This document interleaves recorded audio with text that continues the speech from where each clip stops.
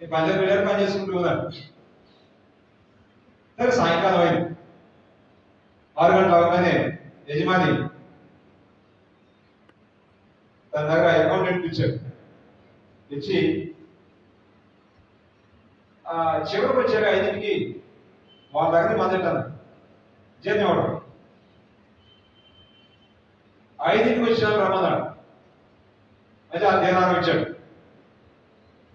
ఆ విధంగా 3కి వచ్చిన వాళ్ళకి, 5కి వచ్చిన వాళ్ళకి, 9కి వచ్చిన వాళ్ళకి లైన్ నిలబడమని చెప్పాడు. ఇక ఒక్కొక్క దేనాన్ని వస్తుంటే చివరి నిలబడినటువంటి ఉదయం వచ్చిన 6కి వచ్చి ఉన్నారే వాళ్ళు అనుకున్నారట చాలా ఎక్కువ ఇస్తాడు అని.